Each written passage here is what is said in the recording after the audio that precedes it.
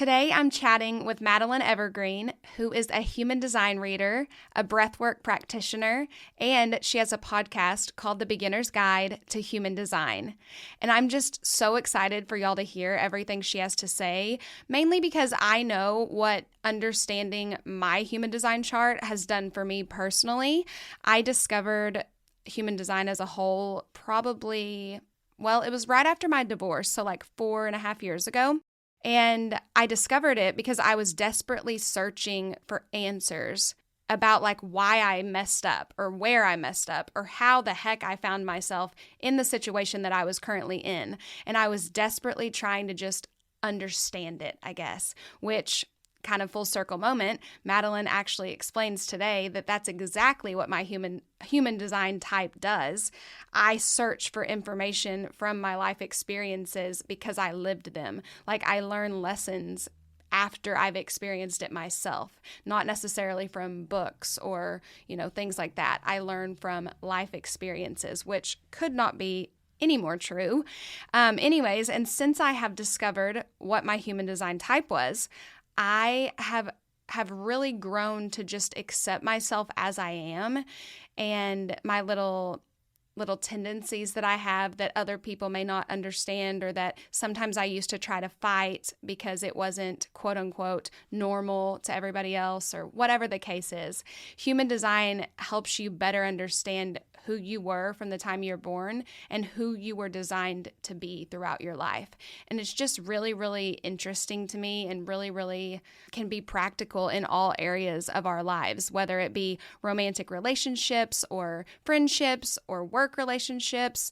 It's really good for business owners to help you better understand your employees and kind of how to deal with them, and just overall have a happier, healthier life with a lot more energy, because you're putting your energy where it needs and where it wants to go, if that makes sense. I'm not going to try to explain any more in detail about this because I don't want to butcher it. We're going to let Madeline do it because she is the expert here. So let's welcome Madeline to the podcast. Welcome to Samantha's Beauty Confessions, where we engage in authentic conversations and confess everything it takes to turn our dreams into a reality. Together, we'll unlock your unique beauty and guide you toward living the life of your dreams. Get ready to go beyond the highlight reel, embrace the journey, and grow together, one conversation at a time.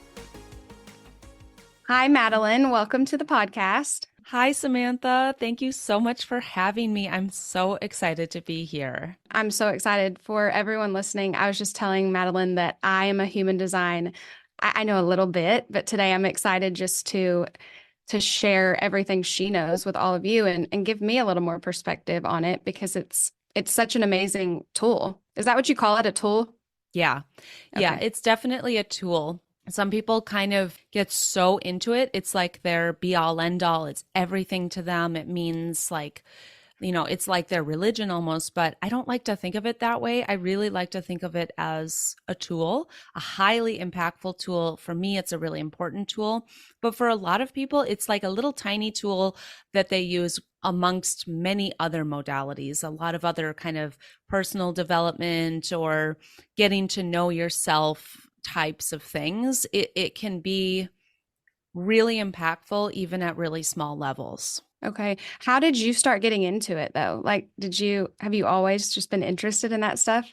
Well, I've always been interested in wellness and health, especially, but then personal development kind of comes along with that when you really are trying to get healthy. And spirituality has kind of been something I've been interested in the past, but not as much as like the more grounded, real life, like tangible, how can I, fix myself? How can I be better? How can I be more productive or more aligned? That's the type of thing I've always really been interested in.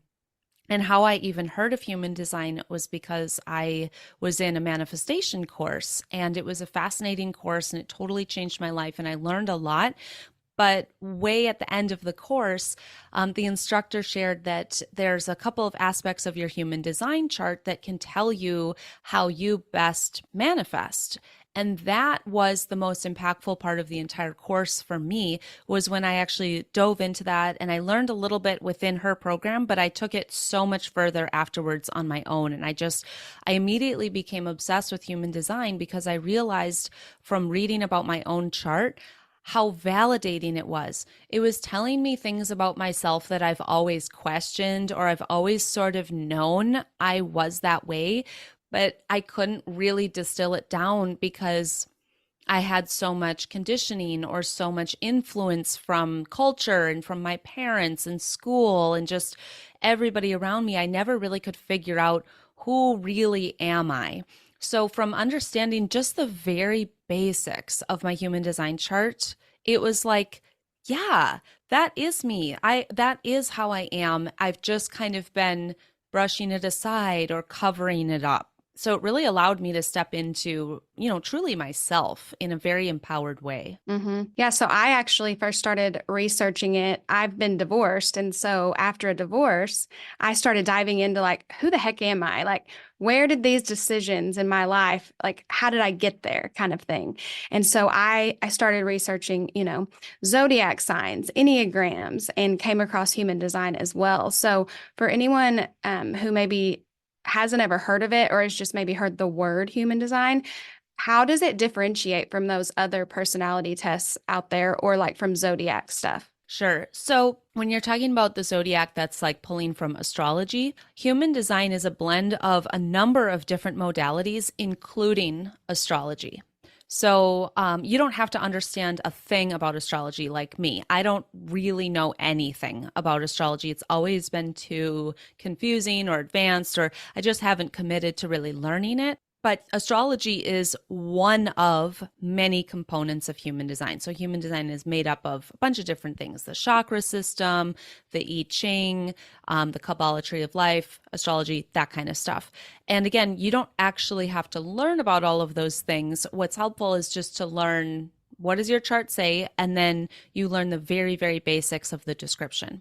Now, how this is different from some other modalities would be like the I never know if it's Enneagram or Enneagram, but that one, that's more like a test that you answer questions.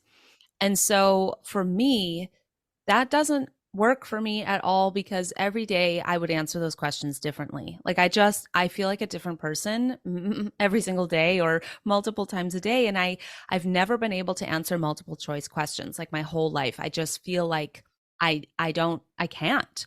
And so some people really, really like that. And some people, it just is not going to work for them. For me, I really like human design or astrology because it's just based off your birth time and location. It's not your opinion. You can't change it. It doesn't depend on your mood. Your chart is your chart because you were born at a specific time and place. Mm-hmm. And I haven't honestly looked into very many other like personality tests or those types of things because they've just never fully caught my attention like human design has. That actually, I've never thought of it as the multiple choice thing, because the Enneagram is multiple choice. And you're so right. Like every day, our moods fluctuate. Or I also think that sometimes people answer those type of questions how they want to be Mm-hmm. and maybe not how they are. So that's really, I've never thought of it that way, but that makes a ton of sense. So, because for the human design, all you do is put in, similar to the zodiac, your birth time, Yeah. your birthplace, and then it tells you. Yeah. And what's so cool is that some people hate that. Like they're the opposite of what I just said, where they're like, oh, that takes all my power away. I don't want anybody telling me who I am. I want to fill out a questionnaire and put in all of my own thoughts.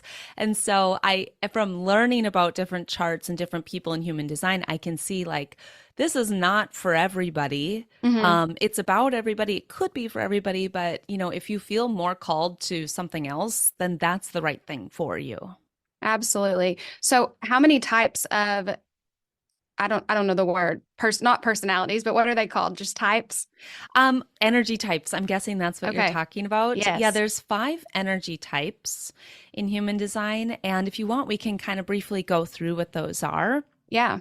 But first, I want to say that there are billions of different charts. And your chart basically is a blueprint of who you are. It's very, very much a manual, like a user manual for you. So the moment you are born, I wish that somebody would just walk in and hand your parents your human design chart and be like, here's the user manual for this person you just birthed, because that's literally what it is. It's how your energy operates. It's how you digest your food best. It's how your moods are, how you act emotionally, all kinds of things. I could talk for probably 12 hours straight about one person's chart. So it's a Uh-huh. huge amount of information when you really learn it. But there's one piece, and it's a big piece, and it's the part that almost everybody looks up first, and it's called the energy type. So there are 5 different energy types, and this is just simply how your energy works. It's not your personality type. So this could be expressed in many different ways. But the first one, there's not really an order, but the first one I'll start with would be generators. And generators are people that are just like what that word sounds like. They generate energy. So like a generator for a building, it creates energy for that building. Generator people create energy for all of the people. And the other energy types don't do that. And so you might be thinking like, oh, we all make energy. Nope, just generators do that. Um, Generators are very common. About 35-ish% of people are generators, and they make energy simply by feeling really excited about their life, like feeling lit up, feeling satisfied by what they're spending their time on, feeling really satisfied in their relationships or excited to be with the people in their life. If a generator is living in a home that they hate, it will be really hard for them to create energy. If they're in a job that they hate or married to somebody that it's going terribly with, they will be kind of like a dud of a generator. Like they just won't be making energy. And then what's wrong with that is that that's their real purpose in life. And so they're going to feel like their life force goes way down and they're sluggish, they're exhausted, they're unhappy. And it's all because they're feeling frustrated ultimately. And so it's a priority for generators to craft a life that's really about what they actually want. It doesn't mean they should be screaming with joy and obsessed with every second of every single day. The example I always like to use is like if you have a pet, if you're a generator and you have a dog and you love your dog and you're obsessed with your dog, but you hate picking up dog poop, you should still pick up the dog poop, even though in the moment you don't like doing that. Maybe it doesn't excite you, maybe it's not fun, but ultimately you love to care for your dog. You love to have a clean space. You love your dog to be healthy and to feel comfortable, and you want to feel comfortable in your backyard. So you're happy to go through the effort of picking up dog poop to have this incredible life with the dog. Mm-hmm. Or in a career, a generator truly needs to have a career that feels very satisfying and they feel obsessed with it and excited about it. But that doesn't mean that sometimes they can't do tasks that are hard. Mm-hmm. Like I imagine for a hairstylist, maybe if you're a generator and you just love hair and it's absolutely amazing, but you really, really, really dislike what's something a hairstylist might dislike. Tell me. The like formulations of a color or something like that. Yeah. So maybe you just hate that part and it's like kind of this tedious thing that you don't feel like doing, but you're really happy to do it because it's super satisfying at the end of the appointment to see the art you've created on someone's head Mm-hmm. and giving them this beauty and this joy. And so you're happy to go through some of the hard things to get there. Mm-hmm. But how this would look out of alignment for a hairstylist would be if you go through a whole day or a whole week of work and it was fine, it's fine. Hair's interesting. And at the end of the day or the end of the week, you're so frustrated and you're so burnt out and you really didn't enjoy any of it. And even though your clients loved their hair and it all worked and you made a ton of money, it's not satisfying. It leaves you feeling worse. That's the sign that's not in alignment and something needs to change. Maybe a very small tweak. Most likely your attitude needs to change or a whole new career for you. Mm-hmm. It could be a very small thing. It could be a very huge change. So that's ultimately how generators operate. Now we've got manifestors. That's another energy type. just so you know, everybody in the whole world can manifest. So this doesn't mean that only manifestors could manifest. It's just the name of the energy type. Manifestors are totally different than generators. They have energy that's going to go up and down in surges. And they'll just kind of feel this intuitive hit or like an instinct that they want to go do something. Like, oh my God, I want to create this online course. And I just have this urge. It feels instinctual and I'm just going to do it. And then they go and they do that thing and they'll usually put 500% effort into it for a period of time. Like they might even pull all-nighters for a week and just bang out a new project. And then it's created, it's happening, and then they disappear and their energy goes down to like zero for a while, and they kind of go in their cave and they rest and they retreat. And that's correct for a manifester. In society, I think that we've really been programmed that everybody has to have balance and everybody has to sleep a certain number of hours every night. And if you feel exhausted, that's bad. For a manifester, it's not true. They're truly meant to get this inspiration, go out, manifest it into reality, meaning put in the work and work hard for a chunk of time until they feel I'm done. It's done. I'm either finished with the project or I'm passing it along to the people that should carry it to the end.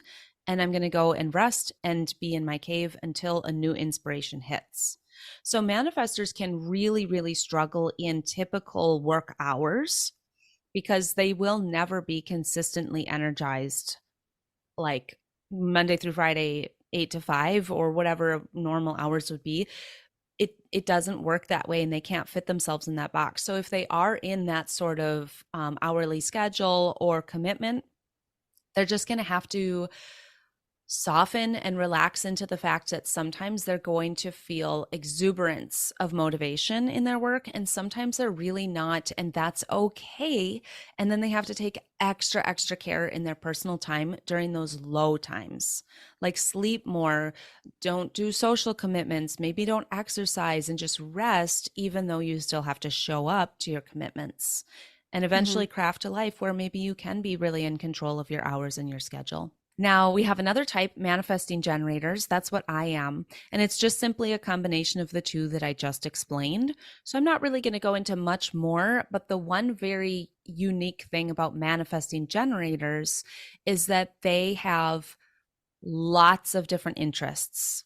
Usually manifesting generators have multiple careers going on at once, or they change careers frequently, or they have a plethora of hobbies. Like for me, I'm a human design reader. I teach group fitness and Pilates. I'm a breathwork practitioner. I'm also a ballroom dancer on the side, and I do acro yoga, and I'm really into gardening and art. Like all of those things to me feel like I could have a full life doing that, but I have to do them all. So that's kind of typical for a manifesting generator. I think that's what my mom is. So that, and she sounds just like that too. Yeah.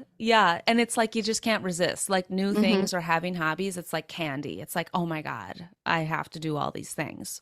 Then we've got projectors, which is what you are. And projectors do not create energy. So far, manifestors, we talked about, and projectors now do not create energy. So it's very important for both the manifestors and the projectors to have really good energy people in their lives, because you're really going to be soaking up a lot of energy from them. And if you're around very, very negative people or people that are miserable or constantly complaining, not good for a projector and not good for a manifestor either. It's not good for anybody, but it's critically not good for you. So projectors are here as a very, very special type of person, a little bit like a bird. I always like to think of a bird up in a tree. This is a metaphor that I learned from Jenna Zoe, who's my human design teacher, but a bird up in a tree watching all the other animals down at the watering hole and like down on the ground. And you're watching them and you're thinking, oh, if that zebra just took that path, that would be quicker. And if that buffalo went this way, he could catch the whatever, like you can really see from a very unique perspective how everybody could be more efficient or more successful. And projectors come down every once in a while, like the bird comes down from the tree and maybe they play a little bit or they drink the water for a short time and then they go back up and they sit in their tree. And so, how that's a metaphor for your life is that a projector is really meant to be spending most of their time in observation mode, which could look like unlimited amounts of things. It could look like literally sleeping. It could look like reading or research or going for a walk with a friend and having interesting conversation about life. It could look like you're sitting in your office actually doing busy work, but you're really learning about your business or about the people that work for you. And then for a short amount of time, you come out of your tree or out of your observation or learning mode, and you actually do a thing that feels like energy output. So I imagine this is not black and white for hairstylists. None of this is black and white, but I imagine for a projector who's a hairstylist, they would do really well with very limited hours actually doing hair. Like maybe one day a week, or maybe one client a day, something like that. And then the rest of their time, they're not just sleeping or binging TV. They're maybe actually running the business in the background, or they're in an office, doing other, I don't know what else you do, but other things, back end kind of stuff. Or maybe they're creating videos and content and teachings, or maybe they're actually developing their own hair products, and it's a non-energy output kind of life for them. And every single projector will think that different things feel like energy output. So like one projector might feel like being with a client is very effortful and it has to be limited. A different type of projector might actually feel like that's so easy and relaxing and they could do it for so long, but doing inventory or booking schedules is killing them, and that's so hard, and they can only do that like 15 minutes a day. Or checking their email might be like the most over the top draining thing to a projector, and to a different projector that might feel like nothing. So nobody should be taking what I'm saying as universal information. It's just that a projector should check what feels like a lot of effort to me that I still love, but it's so much effort. And let me limit that and then spend a lot of my time doing beneficial things that are growth, healing, learning, still productive, but in a way that's not so draining. And then fill my life with people that are really, really good, juicy, happy, healthy people. Like that's going to really create a lot of benefit for projectors. Does that sound like you at all? I'm just curious. No, absolutely. I only work in the salon one day a week. And because like you said, I felt like I can do it in little bursts like that, but then I need 6 days to like reset my brain. And whenever you were saying it's like a bird watching and can kind of see like, hey, you could do that better. Sometimes I have to stop myself because I see people doing stuff and I'm like, there is such an easier, better way to do that. But I've learned over the years just through life experience that I can't just voice my opinion whenever I think it. I have to like wait to be asked, or I have to wait until I have permission. Like I sometimes will say, are you open to hearing my suggestion? Because I don't want to offend people, but I really do think that that's one thing I'm good at, is just seeing like, okay, try it this way and you're going to save time or money, or I see people's kind of unique gifts in them maybe before they even see it, 100%. You just described what every projector out there needs to hear. That's the essence and the most important aspect of being a projector, is that you're going to constantly be seeing how everything could be done better. That's literally what you're born to do. And a lot of projectors have told me that they feel almost haunted or burdened by their critical thoughts. And it can get way out of control, and lots of unhealthy, out of alignment projectors will constantly be giving unsolicited advice, and it's incredibly ugly on them. Like it does not look good. It's not sexy for a projector to ever give unsolicited advice. But projectors usually feel constant, like they want to say something. And the truth is that they're actually usually right. Like that's the thing, is that you actually do know and your perspective is correct, but there's an energy exchange that you touched on that's required. It's waiting for the invitation. When somebody comes to you and says, hey, could you give me some advice on this? Or what do you think about this? Or how would you do this better? When you then give your advice, it's like you are the sexiest, most attractive, most amazing, magnetic person in the entire world, but you have to wait for the invitation, or at least ask for the invitation, like you said. Are you open to hearing my advice? Yeah, because otherwise you can just come across as, I'm just thinking about like a long time ago when I would do it, like bossy, demanding, things like that. And really, I was just trying to help, you know? Yeah. Yeah, totally. And so being some type of teacher or business owner as a projector is perfect. I mean, you literally could be anything you want. Anybody can be anything, but being in a leadership or a teaching role as a projector is so great because whoever is paying for your programs is literally consenting to get your advice. And you have a huge outlet for advice giving without always having to sit and wait and wait and wait for people to ask. Because if somebody is paying you or they've signed up, to be your student, there you go. There's your invitation. And you can just kind of like unload all of the amazing wisdom you've got on those people. So then our final fifth type are reflectors, and reflectors make up only 1% of the population. So they're very, very rare, and they're very incredible people. Reflectors are like a mirror, literally like a reflection. They shapeshift. They're kind of like a chameleon where they can basically become whoever they're around. An out of alignment or a really unhappy or unhealthy reflector, I would say, is burdened the most out of everybody. Like they have the hardest time when they are out of alignment because they literally can't figure out who they are. They go to one group of people and they feel like they fit in or they get it or they mesh, and then they leave and they're like, who am I? And then they're with another group of people and they really fit in and they mesh, and their entire belief systems change, their personality, and then they leave and they're like, who am I?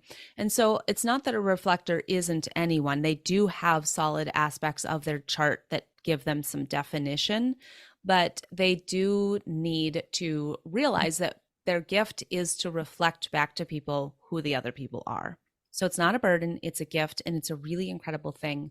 So when you're ever around a reflector, like if I was hanging out with a reflector and if I really, really like them, what's true is that they're actually showing me what I like about myself. They're actually mirroring back what I like about me. And then if I'm around a reflector and I just can't stand that person and they're the worst, the truth is that they're showing me what I hate about myself or what I'm hiding from myself or what I'm ashamed of.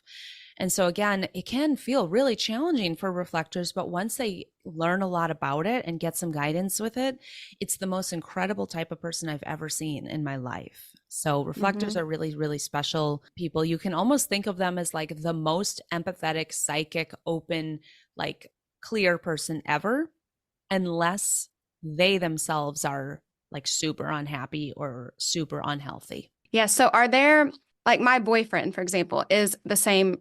He's a projector. We don't have the same numbers on our chart, which maybe we can get into that a little bit.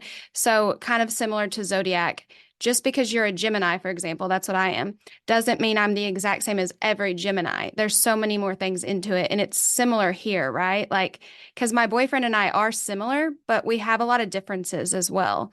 And that's where the numbers come in, right? Yes. And that's where the entire rest of your chart comes in. Okay. So the energy types, what we just talked about, are obviously really important, but they're also like not that important. Like it's both. Okay. They're a big deal, but it's just simply how your energy works. It's not your personality. It's not all of your gifts and talents. It's not everything. It's one big helpful thing to understand about why do I get really tired sometimes, and why do some things energize me, and how can I harness that and do it on purpose so that I feel good the most. That's really what an energy type is for. But yeah, there's these numbers, and those are called lines. And when you have like the two numbers together, it makes a profile. And your profile is your personality type. So this is a really, really fun part of human design that everybody loves to learn about. And if anybody is ever looking at their chart description, and actually I'm just going to pause and let everyone know, if you want to look up your chart, there's tons of websites you can use for free, but my favorite one is called myhumandesign.com. So you can just go there, you put in your birth information, and then it shows you this chart that you're not going to understand, and that's okay. And there will be a very simple description with a few sentences of things that you kind of will understand. All right. Mm-hmm. So when you're looking at the description on the side, you'll see something that says profile, and it will say two numbers. Like for me, it says 4-6. What does your profile say? 2-6, I think. 6-2. Oh, 6-2. Yeah, okay, 6-2. And then like my husband, he's a 3-5. Do you know what your boyfriend is? I don't know, not off the top of my head. Okay. Well, this really defines your personality and it's how you see yourself. That's the first number. The second number is how other people see you.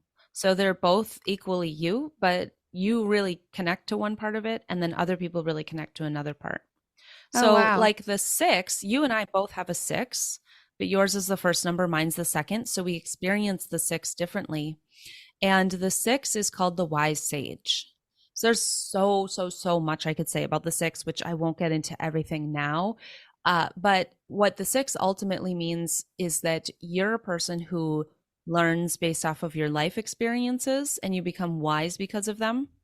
It's not that you're learning because you're in a class or you have a book you read or that you went to school. You can do all of those things, but you really don't get it. And you really haven't actually learned anything until you went out and failed at it or succeeded. And so you learned something. Mm-hmm. And not because somebody told you that that's how it works. It's literally you did that. It did not go well, or it did go well. Now you're wise.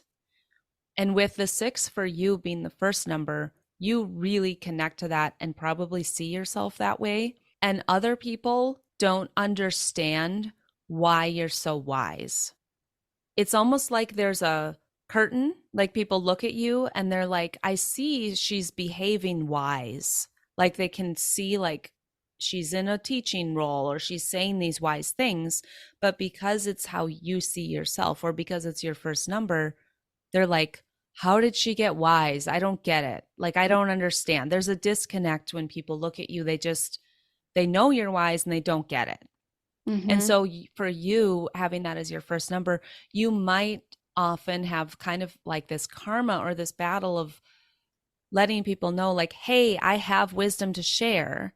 And you'll have to put in maybe a little bit more effort for them to realize it or trust you or come into your world, possibly. Mm-hmm. It's Mm-hmm. really different. For me, with it being the second number, I have a really hard time believing that I have any wisdom at all. Like, I feel like I know nothing, but I constantly have people always coming up to me and treating me like I'm in charge.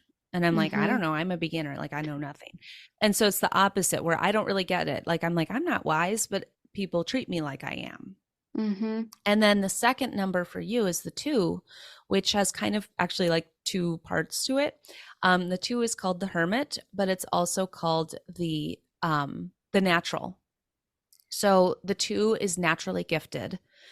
And I'm curious for you, is there anything in your life that just came easy to you? Like maybe doing hair or something else? Like without having to learn it through life experience, you mean? Without having to try as hard as most people. Like maybe you still went to school, but it's just you just could do it. I'm really organized, like very, like I can see like solutions for stuff like in organization. Perfect. So for a lot of people, they're just not organized. And if they wanted to learn to be organized, they'd have to try really hard and learn and maybe get help and maybe like practice, or like it would be so like difficult. And that's a great example for you. Like it just comes natural. And I Mm-hmm. bet for you, there's a ton of other things that you don't realize you're naturally good at because it's your second number. And Mm-hmm. I don't even know you. This is our first time talking. And I just feel like, oh, you're really good at this. Like, I don't even know what that means, but I get that vibe from you. Like, oh, she's just really skilled. And that's how somebody with a 2 as their second number comes across to other people, where everybody just senses, like, oh, she's talented. Mm-hmm. That's just how a 2 comes across. But you having it as your second number, again, like you're never going to see that as much as someone else sees it in you. For sure. And then the second part of the 2 is the hermit, which is somebody who needs alone time. Like Mm-hmm. you must have the alone time that you need. It doesn't necessarily mean you need a lot. It just means that you have to have the alone time that you need. And that's because when you are alone and you're not influenced by other people's energy, a lot of inspiration or natural talents or just juiciness bubbles up from there and can come out so that you can actually go out and use it in the world. But if you're restricted from alone time and you're never giving that to yourself, you'll just kind of fall flat and be, again, sort of a dud. Like you just won't really grow. That's funny. I can't wait till my assistant listens to this episode because she always calls me a hermit because Ah, I'm like today I can't do anything like on a weekend or something. Like I just have to sit and think like because I get so overstimulated in busy situations that in order for me to create videos or come up with educational content or class curriculums or whatever, I have to be by myself, like turn my phone off, shut myself in a room like a hermit. So yes. that totally fits. Yeah. Yeah. And I'm not surprised that she sees that in you because that's literally how people see you is Mm-hmm. someone that needs their alone time and somebody that's also really naturally skilled. Mm-hmm. And so, one thing that you had asked before we even started talking about all these numbers is like, does this make you similar, like with your boyfriend? Mm-hmm. The profile, what we talked about, these two numbers definitely makes you either similar or different from another person's personality. So, for example, my husband is a generator.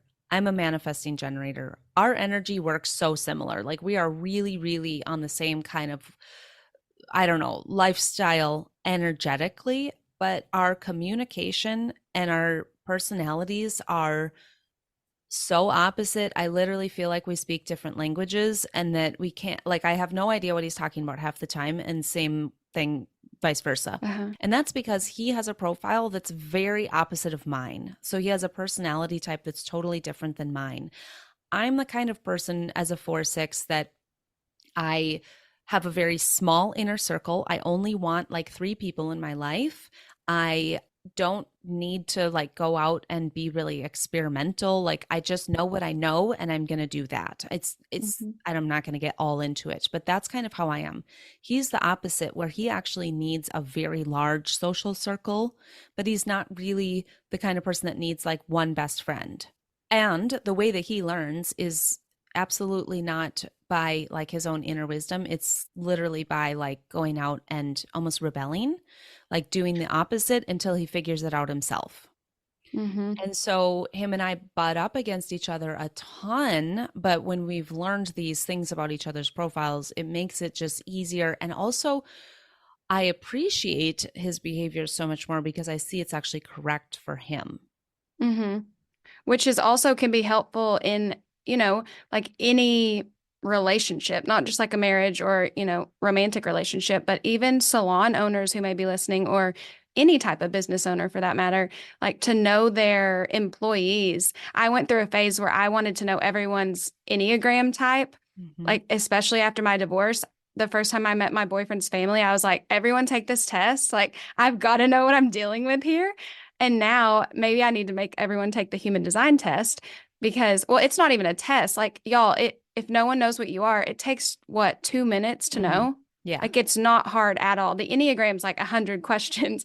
So they were really committing back then. But it's beneficial because then you can know, like people's different moods or reactions to stuff. Or like I always used to think people were sensitive, but really, I just need to learn that they handle situations differently than me. It just gives you so much more perspective. Totally. I'm actually going into a salon in about a month and I'm doing a full, like literally a whole day workshop for all the stylists about human design for this exact reason. At the salon, they do get along pretty well, but they are having some issues, I guess, with certain people getting along. I don't really know. But what they're going to be learning is why do certain people show up in a certain way? Like why does this type of person get motivated by this, or this type of person actually have their triggers pushed by this? Or how Mm-hmm. can you be supportive of this type, whether it's an energy type or whether it's one of the profiles that we talked about?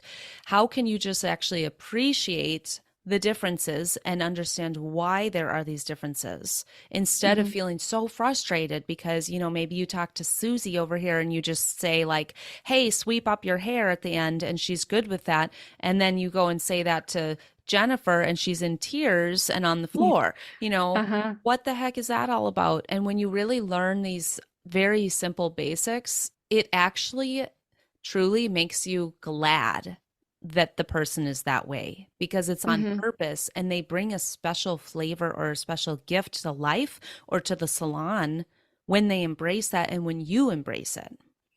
Yeah, and I think that, you mentioned earlier, I can't remember if it's when we were recording or not, but you said something about like we are programmed just by our parents or different things scrolling through social media, things like that that make us think we need to act a certain way. And I find myself having to constantly remind me that it's okay if I have to be a hermit sometimes. Like I went through a phase, for example, where I beat myself up a lot about not being able to keep up with what other people, who are educators in the industry are, traveling the world all the time. Like I can't do that. Like I physically can't. I tried it. And truly, I thought I was going to die. Like I really, really thought I was.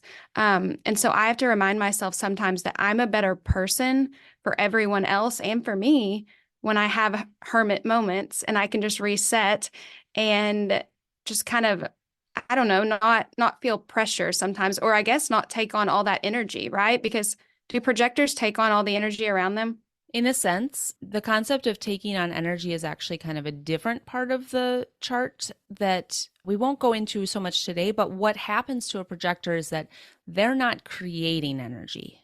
So you Okay. have to be very protective and meticulous with the way you expend your energy. Okay. And you're going to gain energy from being around other people that have really good energy. Mm-hmm. Technically, what I mean is that you're going to gain energy from generators and manifesting generators that are in alignment. But you're never going to know who everybody is and how do you actually measure if someone's in alignment. So, to make it practical, as a projector, seek out relationships or seek out clients or friendships that you think those people are really healthy and aligned and happy and bring positivity and truth and realness, not people who are full of shame or who are always complaining or who truly hate themselves or do bad things. Like those kinds of Okay. people will drain your energy. And so as a projector, remember, you're not really creating energy. And I do want to say that's nuanced. It's not as black and white as I'm saying, but in general, you're not out there bursting with energy. So the Mm-hmm. energy you have needs to be used in on purpose ways that will make you feel better. It's good if you Mm-hmm. can put your energy into something that you do love and that is exciting and that you're passionate about because it's going to help sustain you. And then it's good for you to be around people that are also that way. Mm-hmm. And then when everyone's going to encounter awful people, it's going to happen like all the time. So as a projector, when that happens, you just got to give yourself a little bit more alone time after that, or rest or introspection, or spend some time thinking about like, how could I make the situation better myself? Because that's really where you shine as a projector, is seeing how things could be improved. Turn that perspective on you. Don't think about it about the person that's icky. Think about it for yourself, and it will actually Mm-hmm. probably make you feel better. Yeah, and also like, so do you think had our parents, for example, we're completely different. We're not the same thing, but if both of our parents would have gotten like a blueprint delivered at the hospital, like you said earlier, do you feel like for you personally that I don't want to say that you'd be better, but you know what I'm trying to say? Like, do you think that you would feel more comfortable, maybe is a good way to put it? Because I know for me, a lot of times I tried to be what I really wasn't because I didn't know any better.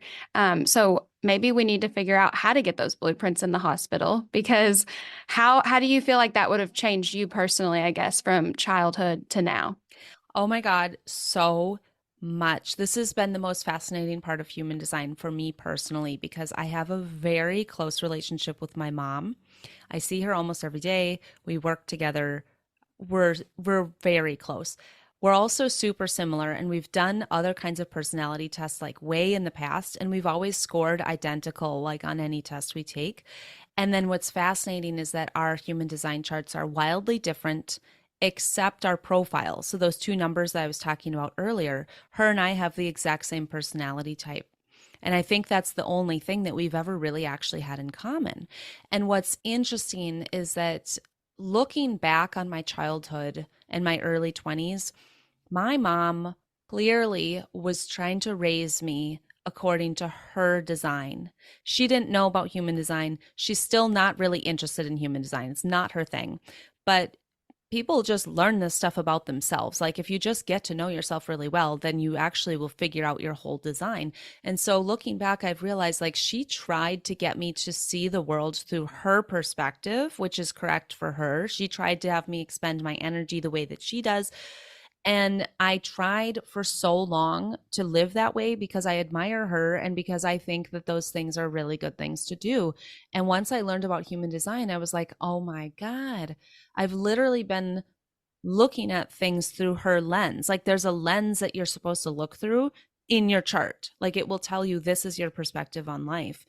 And hers is very, very much in survival. That sounds like it might be bad, but it's not. Like she's supposed to see the world through the lens of like, how can we survive? How can I help humanity survive? When I do that, I go into major stress and major panic and I shut down and my body starts like literally getting bloated. I get like chronic health problems. And for her, it's calming, it's peaceful, it's like exactly who she is. For me, my lens of the world is supposed to be through something called wanting. I'm supposed to always be thinking about like, what do I want? Not what do I need? And it's very, very impactful to me because even something like money, if I get into a panic state and I think like, oh my God, I need to make this much money, I literally go into a health spiral and I cannot function. But if I think, oh my God, I want $1 million, ooh, like I just want that, it literally calms my entire system. I'm so much healthier. I feel so good, but I'm still like looking for the same thing, money. So it's truly just like a small tweak, but my mom really got good at imprinting her design on me, which she didn't know any better. She didn't do anything Mm-mm. wrong. It's just once I figured that out and I just immediately stopped acting like her and I started acting like my chart. I'm not even kidding you. My entire body changed shape in about a month and I had to buy all new clothing. Like it's not about weight loss. It's just like I got a new body after I stopped acting like my mom. Like that's just wild. And Mm-hmm. everything changed. My entire career changed, my social circle, my home, like everything in my life fell into place when I figured out that I'm not her, Mm-hmm. I'm me. Yep. Same. No, so same. Like I'm over here just nodding my head because everything you're saying is hitting home with me. And I think that that's what I hope everyone goes and types in their birthday and their birth time. You do have to know the exact time, but it can really, really just, I don't know, make you feel you again, or for the first time, even. And once you feel like you, beautiful things can happen. I mean, Mhm. really, like you just don't even know. I'm so different than the person that I was before I ever got married, now that I'm divorced. And like you said, it's almost like my body is different. Mhm. And when I was living out of alignment, I was almost having like autoimmune issues and, you know, rashes all over my body and stuff. My body was like, hello, Mhm. wake up. And so I really encourage everyone to go to, what is it, myhumandesign.com. Yeah. Yeah, and it's so fast, guys. So if you haven't done it, definitely do. But I could talk about this all day, like you said. I could talk about this for 12 hours. So maybe someday we can do like a part two episode. Yeah. But do you offer any like coaching or anything on all of this stuff? Oh, yes, I do. First, I have a podcast, which I recommend everybody starts there. If you don't know anything about human design, the podcast is called The Beginner's Guide to Human Design. And if you start at the beginning, like start with episode 1, it's designed to be kind of like a course for brand new beginners. So you literally don't need to know anything. I'll walk you through it all step by step. A lot of human design information or books are so hard to read because it feels like you're learning a new language and there's all this lingo and all this jargon. And I understand that it's hard to figure it out. So start with the beginning of my podcast if you want to just dip your toes in or dive in and get learning. And then, of course, I also do a lot of one-on-one human design readings. So if you're looking for that, you can find all of that on my website, which is madelineevergreen.com. And I do group coaching programs, which is really my specialty. I've always been a groups person. I love groups. Right now I'm in the middle of a program, so we don't have anything available at the moment, but there's places on my website where you can get on wait lists or get just on my email list to be notified when the next one comes out. And those group coaching programs are great for people who want accountability. They want to hear from other students, like examples or questions from other people as well. And they want to learn how to implement their human design more long-term and slower. Like you take it week by week by week and practice and then report back and get help along the way. One-on-one readings are totally not like that. It's like, we're going to get together for an hour and I'm going to bang out so much information and we're going to get like all of it in 1 hour. Well, really not all of it, but as much as you can. And then we're off and there's no more talking. And some people that really doesn't actually serve them. It's too much at once. It's too overwhelming and they need a lot more checking in. So just consider what kind of person you are if you want to work with me and either do one or the other or both. Yes, but everyone go put your info in that website. I'm telling you, you may be listening to us and thinking like, whoa, this is a lot, but it's so worth it when you really start digging in and you're like, wow, that's why I do that. Or like, wow, so I'm not a weirdo. Like this actually serves me. It makes me who I am. Yeah. It's so validating. Oh my gosh. It is. Well, thank you so much, Madeline, for sharing all of this. And again, we've got to have you back on sometime because I could listen to it all day. Yeah. Oh, anytime. I'd love to come back. Thanks for having me. Okay, y'all, that's it for today's episode. Be sure to follow the show on whatever platform you're listening and leave a rating and review to show your support so we can continue growing together. If today's episode really resonated with you, you can always share it to your story and be sure to tag me so I can personally thank you. I appreciate each and every one of you, and I'll talk to you again next week.